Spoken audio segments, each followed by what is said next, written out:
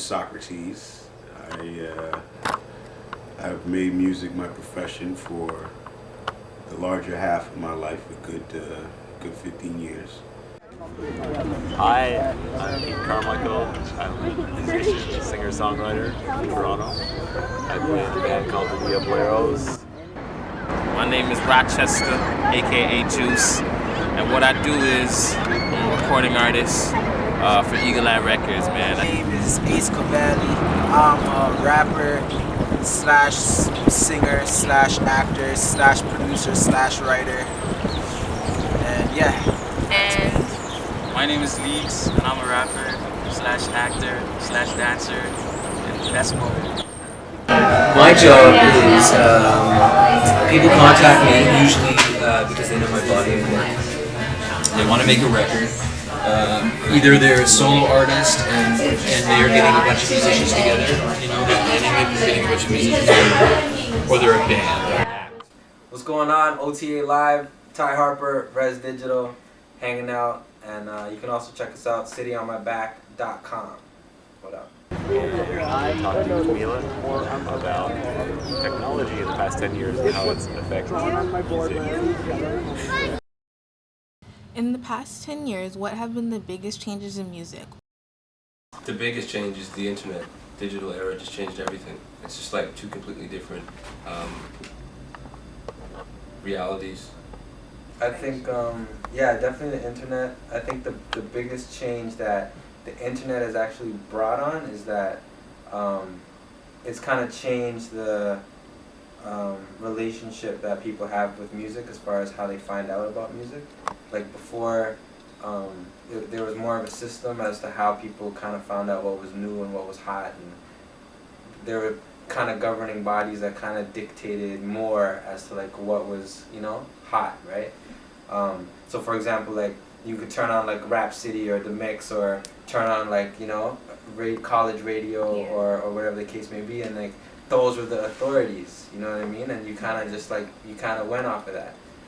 But now it's kind of like the Wild Wild West. Like it's like people just kind of find stuff on their own, you know what I mean? Like you choose what you want to click on, you know. It's like a whole different kind of mind state on how you find music. There's no excuses anymore to just kind of be force-fed like pop. So I mean, you know, it's still the same. Like there's still entertainment music and there's still music. It's just made for the masses.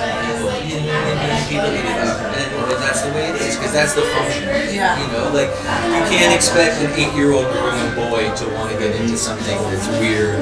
Like they just want what's in their face on TV. They want Lady Gaga or whatever. They're like, wow, check that out. You know?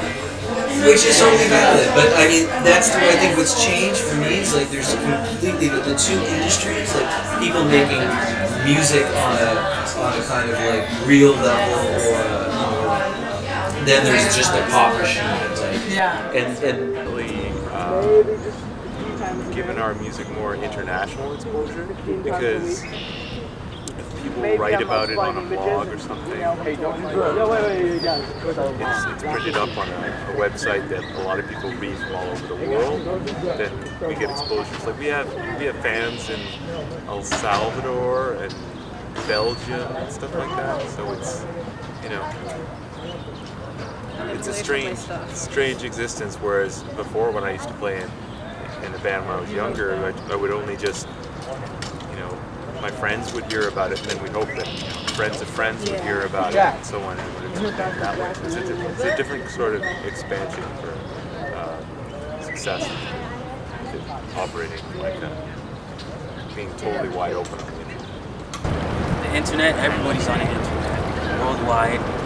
You get anything, all information, everything, update your fans. Like, if you have a lot of fans, you send them your updates of music and get it. Gain more fans, like MySpace, add people, network, talk to people, communicate, all that kind of stuff. Just a big advantage. Oh, there's a definite advantage. You can now expose yourself to the globe in a split second. But with that comes the disadvantage, you know, the yang to the yin, which is, instead of, you know, 2,000 or 100,000 people trying to get on or expose themselves in a year. Now you have billions. I think it's a definite advantage, man, especially for the younger artists, especially for independent artists right now, because now it's not like you don't have to have the necessary machine of a whole label, of the whole thing behind you. Like you an know what I army mean? behind you. Yeah, of that. Just be you. Yeah, because it was hard back in the day. Unless you didn't have that whole big machine behind you, it was hard to get yourself on radio, get those hits, get those heavy rotation spins. Now You needed a lot of help. yeah, you did. You have to kind of have your in there.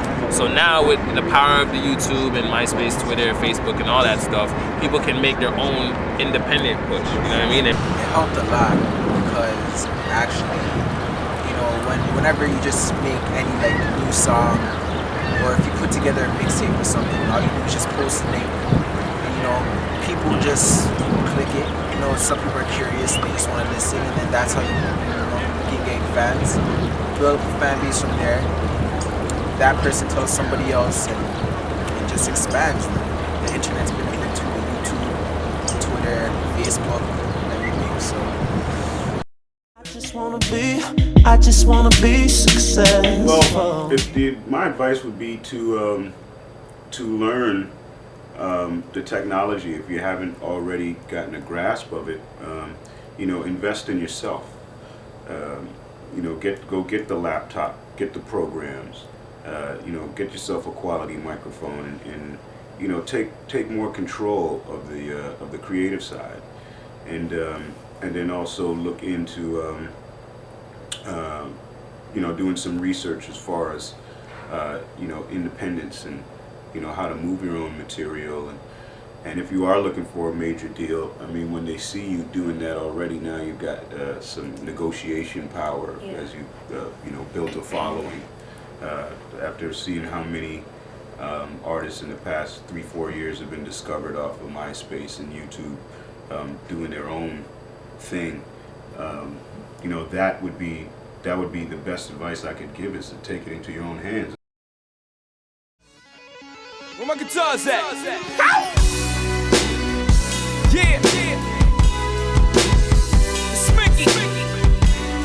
Smoke, how you feeling? GFC. Cinematic.